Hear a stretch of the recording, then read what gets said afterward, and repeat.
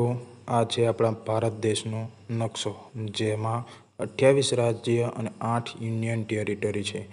જો મિત્રો અહીંયા સૌથી મોટા 5 રાજ્યોની વાત કરીએ અને ઉતરતા ક્રમમાં અથવા ચડતા ક્રમમાં, યા ફિર એવું કહેવામાં આવે કે સૌથી મોટું રાજ્ય કયું યા ફિર બીજા નંબરનું સૌથી મોટું રાજ્ય કયું, તો એ માટેની આપણે શોર્ટકટ ટ્રીક અહીંયા શીખશું.